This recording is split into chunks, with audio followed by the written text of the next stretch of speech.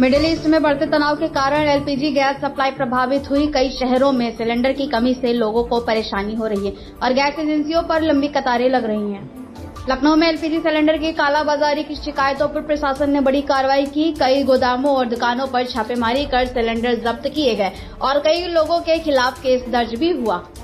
उत्तर प्रदेश में police sub inspector भर्ती परीक्षा शुरू हो गई है। प्रदेश भर में लाखों उम्मीदवार परीक्षा दे रहे हैं। परीक्षा केंद्रों पर सुरक्षा के कड़े इंतजाम और निगरानी की व्यवस्था की गई है।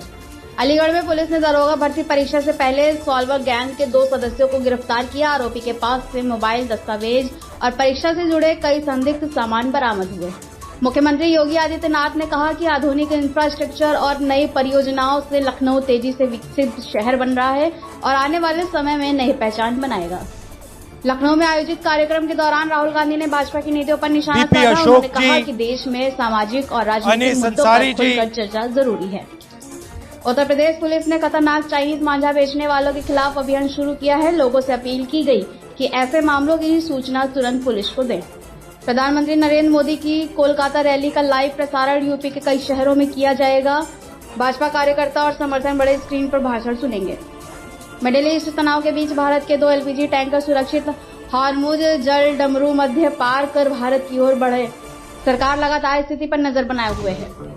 लेबनान में एक क्लिनिक पर इजरायली हमले में कई लोगों की मौत हो गई। क्षेत्र में बढ़ते संघर्ष को लेकर अंतर्राष्ट्रीय समुदाय ने चिंता जताई है। भारत और अमेरिका के बीच संभावित व्यापार समझौते को लेकर बातचीत जारी है। सरकार का कहना है कि इससे दोनों देशों के व्यापार और निवेश को बढ़ावा मिलेगा। रक्षा मंत्री राजनाथ सिंह ने कहा कि उत्तर प्रदेश शिक्षा के क्षेत्र में गुणवत्ता के नए मानक स्थापित करेगा और छात्रों के सर्वांगीण विकास पर विशेष ध्यान दिया जाएगा। मिडिल ईस्ट में बढ़ते तनाव के कारण कई भारतीय प्रोफेशनल भारत में रोजगार के अवसर तलाश रहे हैं। कंपनियों को अनुभवी कर्मचारियों की लाभ मिल सकता है। मौसम विभाग के अनुसार देश के कई राज्यों में तापमान तेजी से बढ़ रहा है। वहीं पहाड़ी इलाकों में बर्फबारी जारी और मौसम में बदलाव की संभावना बनी हुई है।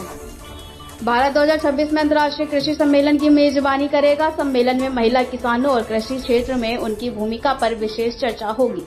सामाजिक कार्यकर्ता सोनम वांगचुक की एनएसए के तहत हुई हिरासत को केंद्र सरकार ने समाप्त कर दिया है।